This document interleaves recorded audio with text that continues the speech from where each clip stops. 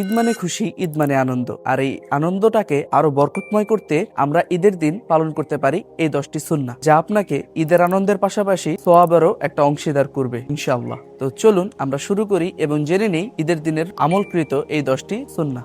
গোসল করা, অর্থাৎ পরিপাটি হয়ে সুন্দর মতো গোসল করে আমরা ইনশাল্লাহ নামাজে যাব। পরিষ্কার ও সুন্দর পোশাক পরা, অর্থাৎ আমাদের যদি নতুন জামা কেনার সামর্থ্য নাও থাকে, আমাদের সবচেয়ে উত্তম এবং সবচেয়ে বেস্ট একটা জামা পরিধান করে ইনশাল্লাহ আমরা নামাজে যাব। পুরুষদের জন্য সুগন্ধি ব্যবহার করা, অর্থাৎ আমরা যারা পুরুষরা আছি তারা আমরা সালাত আদায় করতে যাওয়ার আগে আতর অথবা সুগন্ধি লাগিয়ে নামাজ আদায় করতে যাব ইনশাল্লাহ। বেজোর সংখ্যার খেজুর খেয়ে যাওয়া, অর্থাৎ 1টি 3টি 5টি আপনারা যে কয়টি মন চায় বেজোর সংখ্যার খেজুর খেয়ে যাবেন, তাহলে ইনশাল্লাহ আমরা একসাথে সুন্নত আদায় করে ফেলবো। ঈদের নামাজে যাওয়ার আগেই ফিতর আদায় করা, অর্থাৎ ফিতরের যে পরিমাণ আছে সেটা দান করে দেওয়া।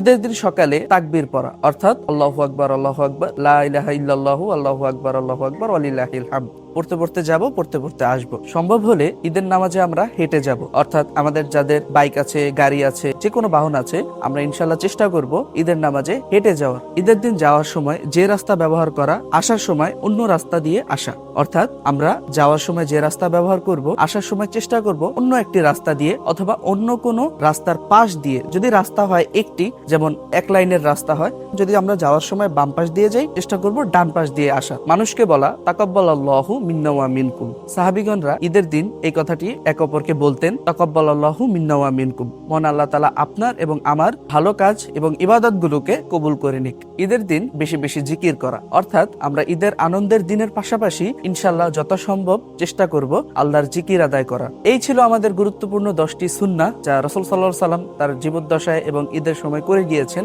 আমরাও ইনশাআল্লাহ চেষ্টা করব এগুলো পালন করার। তাই ঈদের দিন শুধুমাত্র আনন্দ করলেই হবে না, এই ছোট ছোট কিছু আমল আছে বা সুন্নাহ আছে যেগুলো আমরা পালন করলে সওয়াবও পেয়ে যাব ইনশাআল্লাহ। সকলের ঈদ ভালো কাটুক, ঈদ মুবারক।